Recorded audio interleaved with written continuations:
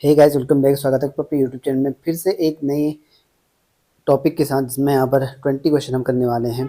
और ये आपके शिक्षा दर्शन से संबंधित प्रश्न पूछे जाएंगे। इसमें आपको बहुत ही मोस्ट इंपॉर्टेंट है, जो कि हमारा चैप्टर वाइज चला हुआ है।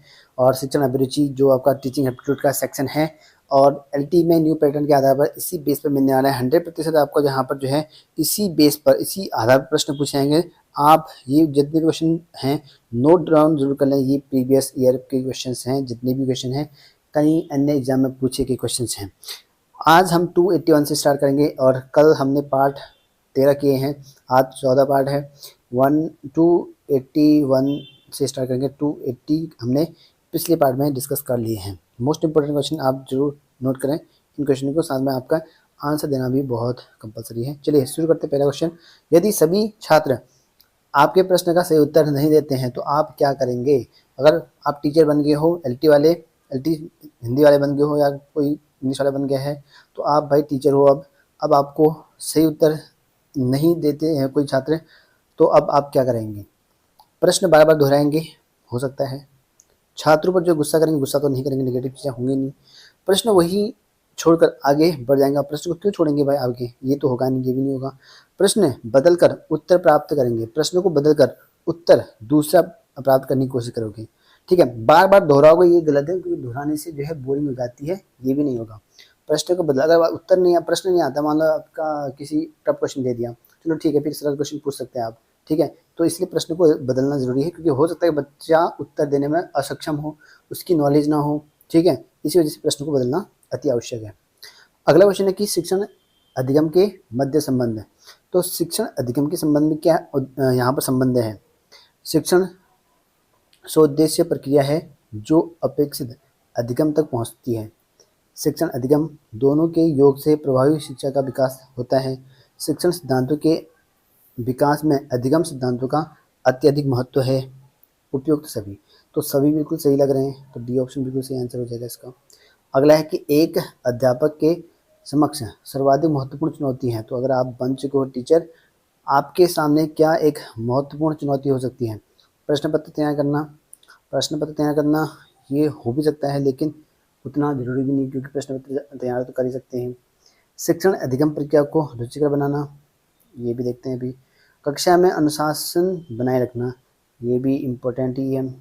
ठीक है, ये हो सकता है। छात्रों को जो है तैयार करना कि वे अपना गृह कार्य करें। तो छात्रों को तत्पर करना, तत्पर जैसी चीज़ें ये खुद बच्चे खुद सेल्फ मोटिवेशन से होते हैं।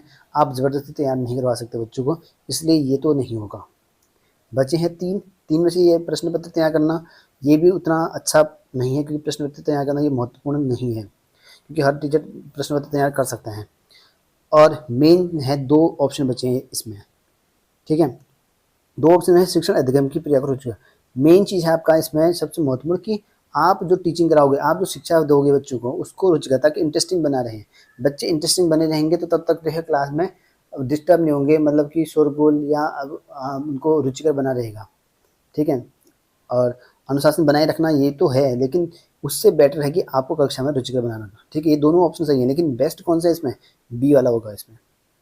चलिए नेक्स्ट है कि शिक्षक अभिभावक संगठन संघ की बैठक कब होनी चाहिए? यानी कि जो ठीक है पीटीएम होती है, पेरेंट्स मीटिंग जो होता है आपका, तो अभिभावक और टीचर का जो होता है मीटिंग, जब छात्र विद्यालय में भर्ती हो तब होना चाहिए। जरूरी नहीं कि भर्ती हो तो तुरंत उसी टाइम में मीटिंग भी कर लें। जब परीक्षा का परिणाम घोषित हो सकता है। समय समय पर, ये भी है, समय समय पर टाइम पे होना चाहिए, ताकि बच्चों का प्रोसेसिंग उनको पता भी चल सके। और जब विद्यालय में कोई उत्सव होने में जरूरी थोड़ी नहीं कि पेरेंट्स मीटिंग ही हो। ये 2 ऑप्शन बचे हुए हैं। ठीक है, चलिए, तो इनमें से सब कौन सा होगा? समय समय पर होना चाहिए, टाइम टू टाइम होना चाहिए। ठीक है, हो सकता है 3 महीने के अंतराल पर हो, 3-3 महीने के गैप के बाद टीचिंग और टीचर और पेरेंट्स का यहाँ पर बैठक हो, ताकि बच्चों का स्तर पर पता चल सके। ठीक है, कि भाई बच्चे कितना प्रोग्रेस कर रहे हैं स्कूल में, घर में उनकी एक्टिविटी कैसी है। तो दोनों का अभिभावक और शिक्षक का मेल मिलाप होने से बच्चों की जानकारी ज़्यादा प्राप्त होती है। तो सी ऑप्शन बिल्कुल सही होना चाहिए, यहाँ पे होगा यहाँ पे। ठीक है, शिक्षा दर्शन में फलवाद का परिणाम, मतलब कि आपका जो है पूछा गया है कि जो प्रकृतिवाद है उसके दर्शन, ठीक है, शिक्षा दर्शन में प्रकृतिवाद के जनक बताना है कौन है। तो इनमें से कौन से होंगे? पेस्ट्रोलॉजी होंगे। कौन होंगे? पेस्ट्रोलॉजी होगा। ठीक है, तो आपको जो है यहाँ पर सही आंसर हो जाएगा पेस्टोलॉजी। ठीक, अगला क्वेश्चन है क्या यहाँ पे, सॉरी आदर्शवाद का होगा। ठीक है, आदर्शवाद का होगा, आदर्शवाद ही ठीक है, वो आपका जो है फलवाद होगा, आदर्शवाद। ठीक है, इनमें 3 नाम आते हैं, एक प्लेटो आता है और आपका जो है एक कॉम्युनिक्स का आता है, एक पेस्टोलॉजी का आता है। सबने ही दिया था उसमें, लेकिन जो स्टार्टिंग में ज़्यादा पेस्टोलॉजी की तरह दिया गया था। नेक्स्ट क्वेश्चन है कि छात्रों को नवीन पाठ्य वस्तु सीखने हेतु सबसे पहले क्या करेंगे। तो अगर छात्रों को नवीन पाठ्यक्रम सिखाना है, आपको नया सिलेबस बताना है, नई कक्षा में चले गए हैं, मानो सिलेबस नया आ चुका है, तो आपको क्या करना चाहिए, छात्रों के स्तर का ज्ञान करेंगे, नवीन उदाहरण देंगे, नवीन विधियों का प्रयोग करेंगे, छात्रों को सीखने के नियम बताएंगे। कौन सा बेस्ट आंसर रहेगा इसमें। ठीक है, क्या करोगे, छात्रों के स्तर का ज्ञान करेंगे। ठीक है, किस लेवल के बच्चे हैं उसके हिसाब से जो है आप अपना उनको ज्ञान देंगे। ये ऑप्शन बिल्कुल सही होगा। अगला है कि छात्रों को अध्यापक द्वारा निर्देशन देना आवश्यक है। क्यों आवश्यक है निर्देशन देना आपको आवश्यक, ये आपका है छात्रों की समस्या के निदान हेतु। ठीक है, भविष्य को सुधारने को लेकर ये होगा नहीं, व्यवसाय से कोई मतलब नहीं है। उच्च शिक्षा व्यवस्था हो सकता है, लेकिन उससे पहले की समस्याओं का निदान करना, क्योंकि छात्रों की मेन टीचर का मेन मोटिव क्या होता है कि छात्रों की जो समस्या होंगी उनका सोल्यूशन करना। ठीक है, उपचार करना ही होता है टीचर का काम, टीचर का काम छात्र के प्रति। तो ए ऑप्शन सही आंसर होगा। अगला है कि शिक्षक को विषय ज्ञान निम्नलिखित में से किस विधि से अधिक होता है। तो शिक्षक को विषय का ज्ञान बताना है कि कौन सी विधि से होगा। विषय पर लेख लिखने से, किताब लिखने से, छात्र को ट्यूशन देने से तो ट्यूशन देने से तो होगा नहीं। ठीक है, और अपने विषय से संबंधित साहित्य पढ़ने से ये हो भी सकता है, लेकिन विषय में लेख लिखने से कोई मतलब नहीं, किताब लिखने से कोई मतलब नहीं, कितना भी किताब लिख लो कोई मतलब नहीं। लेकिन अगर आपको विषय का ज्ञान ज़्यादा है तो आप ही यहाँ पर जो है सबसे बेस्ट रहेगा। टीचर का एक मस्त क्वालिटी है कि आपको विषय का ज्ञान होना कंपलसरी, तभी आप अच्छा पढ़ा पाएंगे। एक अच्छी पाठ्यपुस्तक के क्या गुण है। तो अच्छी पाठ्यपुस्तक के क्या गुण, ऊपरी ठीक है साज सज्जा, मतलब कि अच्छे खासी ड्राइंग चित्र होना चाहिए, ये जरूरी नहीं है। और उपयुक्त उदाहरण द्वारा विषय वस्तु जो है प्रस्तुत करना, ये हो सकता है। इसके बाद है कम दाम, दाम कम से कोई मतलब नहीं। उचित भाषा, चलो सही भाषा, ये भी हो सकता है, लैंग्वेज का प्रयोग सही करना चाहिए। और ये तो होगा नहीं, ये होगा नहीं, बचे हैं आपका बी और डी। तो उपयुक्त उदाहरण द्वारा जो है विषय वस्तु प्रस्तुत करना, अगर किसी भी कंटेंट के बारे में बताया जा रहा है तो उसका एग्जाम्पल भी देना चाहिए, ऐसी पाठ्य वस्तु होनी चाहिए आपके पास। तो बी ऑप्शन बिल्कुल सही आंसर होगा। अगला क्वेश्चन है कि नैतिक मूल्यों के प्रति अध्यापक का क्या दृष्टिकोण होना चाहिए। तो नैतिक मूल्यों के प्रति आपको बताना है कौन सा दृष्टिकोण सबसे बेस्ट है। नैतिकता को अध्यापक अति आवश्यक चीज़ समझें। अध्यापक का दायित्व है कि वह स्वयं को नैतिक बनाए। अध्यापक को नैतिकता की ज़्यादा परवाह नहीं करनी चाहिए, नेगेटिव तो होगा नहीं, सिंपल सी बात है। अध्यापक का दायित्व है कि वह स्वयं भी नैतिक हो और वो छात्रों को भी नैतिक बनाए। तो 3 ऑप्शन बचे हैं आपके पास, लगभग आपको सही देखने को मिल रहा होगा। लेकिन सबसे बेस्ट कौन सा होगा यहाँ पे, ये होगा आपका अध्यापक का दायित्व है कि खुद स्वयं भी नैतिक तो बने, लेकिन छात्रों को भी नैतिक बनाने की कोशिश करें। तो ये आपका सही आंसर हो जाए, डी ऑप्शन होगा। अगला क्वेश्चन है कि छात्रों में जो है मौखिक अभिवृत्ति को कैसे विकसित किया जा सकता है। तो मौखिक अभिवृत्ति है, ठीक है, वाद विवाद करके, जरूरी नहीं है, प्रश्न पूछकर ये हो सकता है, नाटक करके ये भी हो सकता है। ठीक है, चर्चा परिचर्चा, लगभग 4 ऑप्शन बिल्कुल सही लग रहे हैं। ठीक है, प्रश्न पूछ, देखो वाद विवाद करने से दिक्कत हो जाएगी, होना तो सब 4 सेम ही लग रहे हैं। ठीक है, नाटक करने से भी उतना इंटरेस्टिंग नहीं आएगा, क्योंकि नाटक में वाद विवाद तो होता ही रहता है, लेकिन कुछ नाटक ऐसे भी नहीं होते हैं। प्रश्न पूछकर उससे कमियां दूर होंगी, वो भी मौखिक व्यक्ति नहीं होगी। लेकिन अगर चर्चा करेंगे, ठीक है, परिचर्चा करने से, आपस में चर्चा परिचर्चा करने से, ये सबसे बेस्ट होगा, डी ऑप्शन। अगला है क्वेश्चन यहाँ पर, पाठ्य वस्तुओं को बदलना चाहिए, क्यों क्यों बदलना चाहिए, मतलब ऐसा क्या है कि पाठ्य वस्तु को बदल देना चाहिए।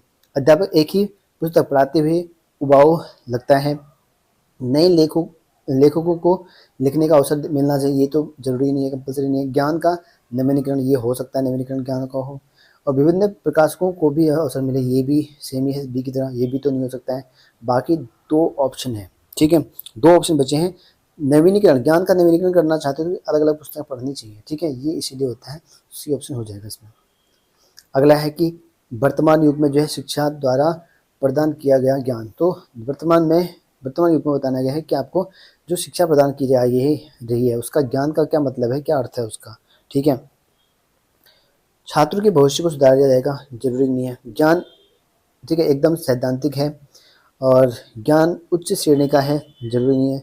नीरस तो हो ही नहीं सकता, तो बी ऑप्शन बचा है, तो आपका बी ऑप्शन सही हो जाएगा, ज्ञान का एकदम सैद्धांतिक। अगला है एक उत्तम शिक्षण की विशेषता है। तो उत्तम शिक्षण की क्या विशेषता है? प्रजातांत्रिक आदर्शों के प्रति अनुकूल, बिल्कुल सही है। अपेक्षा सूचनाओं का आदान प्रदान, बिल्कुल सही है। निर्देशात्मक, सही है। तो उपयोग तो सभी हो जाएगा, सभी आंसर इसमें बिल्कुल सही आंसर है, डी ऑप्शन। और नेक्स्ट क्वेश्चन है कि शिक्षा का यथार्थवादी लक्ष्य क्या है। ठीक है, तो यथार्थवादी लक्ष्य क्या है इसमें बताना है आपको। ये होगा आपका आनंदमय और, ठीक है, संकल्पित जीवन। तो संकल्पित जीवन और यहाँ पर आनंदमय होगा। नेक्स्ट है कि प्रकृतिवाद शिक्षा में बताना है आपको कि किस प्रकार का जोड़ दिया गया। प्रकृतिवाद में किसका जोड़ दिया गया है? ठीक है, दर्शन का, मनोविज्ञान का, समाजशास्त्र का, अर्थशास्त्र का। अर्थशास्त्र हो नहीं सकता है, समाज विज्ञान हो नहीं सकता, दर्शन और यहाँ पर मनोविज्ञान हो सकता है, लेकिन हम साइकोलॉजी के बारे में पढ़ते हैं प्रकृतिवाद में।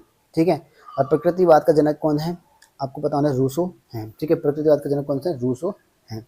ठीक है, और प्रकृति, इसके रूसो को ही आधुनिक शिक्षा का जनक भी कहा जाता है, आधुनिक शिक्षा का जनक भी रूसो को ही कहा जाता है। इंपॉर्टेंट है। अगला क्वेश्चन है, एक शिक्षक जो अपनी कक्षा में उत्तम वातावरण तैयार करना चाहता है उसे निम्नलिखित कार्य करना चाहिए। अगर आपको अच्छा माहौल बनाना है कक्षा में तो आपको क्या करना पड़ेगा? उसे कठोर अनुशासन सिद्धांत का अनुसरण करना चाहिए। कठोर तो नहीं करना चाहिए, गलत है।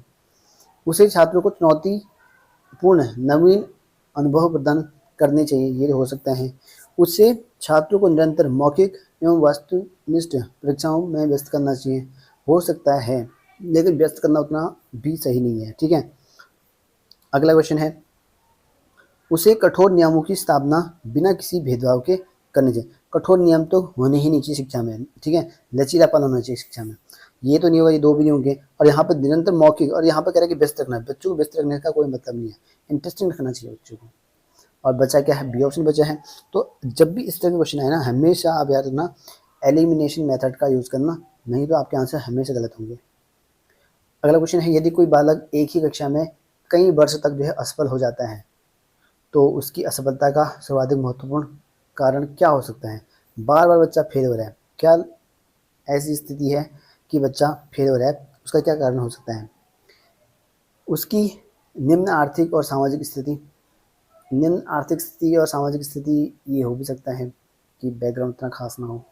और उसकी शारीरिक अवस्था, हाँ ये भी हो सकता है, क्योंकि अगर वो अक्षम है तो पढ़ने लिखने में दिक्कत कर रहा है, अवस्था सही नहीं है उसकी, बीमार है, कुछ अन्य दिक्कतें हैं, तब हो सकता है। बी ऑप्शन भी लगभग ठीक ही है। सी ऑप्शन, उसकी अध्ययन में अरुचि, पाठ विषय एवं बालक के मानसिक स्तर पर जो है पर्याप्त अंतर। पढ़ने में रुचि नहीं है और पाठ विषय उसको समझ में आता है नहीं, बालक की मानसिक रूप से क्षमता नहीं है, भाई पढ़ने के उतना योग्य नहीं बता सकते हैं। और उसके साथ जो है शिक्षक द्वारा भेदभाव, शिक्षक द्वारा भेदभाव ये हो ही नहीं सकता है। ठीक है, शिक्षक भेदभाव करेगा नहीं। तीन ऑप्शन बचे हैं। ठीक है, इनमें से बता रहे कौन सा यहाँ पर हो सकता है पूछ रखा है ना। देखिए, ये तीनों ऑप्शन बिल्कुल सही लग रहे हैं, चौथा ऑप्शन तो गलत हो गया आपका। और शारीरिक अवस्था ये हो सकता है, लेकिन देखिए सामाजिक अवस्था ये भी, निम्न आर्थिक स्तर ये भी हो सकता है, लेकिन इन चीज़ों का मिक्सअप जो है यहाँ पर तीसरे में दे रखा है। उसके अध्ययन में रुचि भी, अरुचि है, मतलब रुचि तो है नहीं। और पाठ्य वस्तु और बालक के मानसिक स्तर पर जो है पर्याप्त अंतर। तो मानसिक स्तर मतलब कि आर्थिक और सामाजिक वही स्तर हो गया, मानसिक या जो भी है शारीरिक रूप से अवस्था ये हो गया। तो इनकी सबका मिक्सर आपका सी में है, तो इसका मतलब सी ऑप्शन बिल्कुल सही आंसर हो जाएगा। ठीक है, हालांकि ये दोनों भी सही हैं, लेकिन बेस्ट आंसर आपको कौन सा मिल रहा है? सी ऑप्शन मिल रहा है, जो सभी इंक्लूड इसमें हो जा रहे हैं।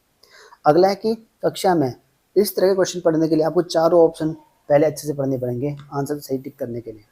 कक्षा में शिक्षक का महत्वपूर्ण उत्तरदायी है। तो कक्षा में शिक्षक का क्या मोटिव है? सबसे बेस्ट है विद्यालय प्रशासन का मूल्यांकन करना, शिक्षक का काम ये जरूरी भी नहीं है। और अन्य शिक्षकों के साथ सहयोग करना ये है। कक्षा को सामूहिक रूप से निर्देशित करना, सामूहिक रूप से कह रहा है यहाँ पे, ये हो भी सकता है। और विषय वस्तु का ज्ञान को संप्रेक्षित करना, इनके फैलाना बांटना, जो भी संप्रेक्षित करना मतलब अपने जो विषय वस्तु आपकी नॉलेज है उसको ज्ञान बांटना। तो कौन सा महत्वपूर्ण है बताया गया है। देखो, अन्य शिक्षकों के साथ सहयोग करना ये हो सकता है, लेकिन इम्पोर्टेंट नहीं है। विद्यालय प्रशासन का मूल्यांकन करना एक टीचर का काम नहीं है, वो उसके लिए वो प्रिंसिपल रहता है। कक्षा को जो है सामूहिक रूप से निर्देशित करना, ये समूह के रूप में निर्देशित करना ये हो सकता है, लेकिन उतना इम्पोर्टेंट नहीं है। लेकिन विषय वस्तु का ज्ञान आपके पास है, आप उसका संप्रेषण कर रहे हैं, बता रहे हैं, सबसे बेस्ट आपके लिए इससे बड़ी बात कोई नहीं हो सकती। क्योंकि टीचिंग का मतलब ये है कि आपको जो भी विषय ज्ञान है उसको प्रक्षेपित करना। जिस तरह से मैं यहाँ पर आपको प्रक्षेपित कर रहा हूँ, कुछ कंटेंट है अच्छा खासा तो वो प्रक्षेपित कर रहा हूँ। हालांकि आपको अच्छा लगे नहीं लगे वो आपकी मर्जी है, लेकिन जितने भी कंटेंट हैं वो आपको प्रक्षेपित किया जा रहा है यहाँ से। अगला क्वेश्चन है, ये डी आंसर होगा इसका। यदि शिक्षक कक्षा में जो है शिक्षण के समय कोई गंभीर त्रुटि कर देता है तो उसे निम्नलिखित कार्य करने चाहिए। अगर आप शिक्षक हैं, कक्षा में पढ़ा रहे हैं और उस समय आपसे कोई गंभीर त्रुटि हो जाए, गलत हो जाता है, तो आप क्या करोगे? ये पिछली बार क्वेश्चन आया हुआ था 2014 वाले में। वो अपनी त्रुटि को तुरंत स्वीकार कर लें, ये हो सकता है अपनी त्रुटि गलती मान लेनी चाहिए, गलत बता दिया मैंने, और उसे भूलने का प्रयास करना चाहिए। ये तो हो नहीं सकता भूलने का, त्रुटि करें और भूल जाएं, और गलती करें और भूल जाएं, ऐसा तो हो नहीं सकता है। उसके प्रति अज्ञान बने, मतलब कि भाई जैसे कि कुछ पता ही ना हो, ऐसा नहीं बनना है आपको। क्योंकि अगर आपसे गलती हो सकती है, कि मानवीय गलती भूल किसी से भी हो सकती है, तो आप अपनी गलती सुधारने चाहेंगे, और ताकि उसको करेक्शन करवा दे बाद में। ठीक है भाई, ये मैंने गलती से लिख लिया है और ये मैंने गलती से ये बता दिया, उसका आंसर ये है, ऐसा होता है। तो आपका जो है ए ऑप्शन बिल्कुल सही आंसर है। तो फिलहाल इस वीडियो में इतना ही, मिलते हैं नेक्स्ट वीडियो में। कैसे लगे क्वेश्चन कंप्लीट करके जरूर बताएं। आपका हौसला उत्साह जो है हमें मोटिव करता है नए नए कंटेंट लेके आने का। और ये कंटेंट हमारा 300 क्वेश्चन सीरीज हो चुका है, जो कि आप लोग देखते हैं 14 पार्ट हमने कर दिए गए हैं।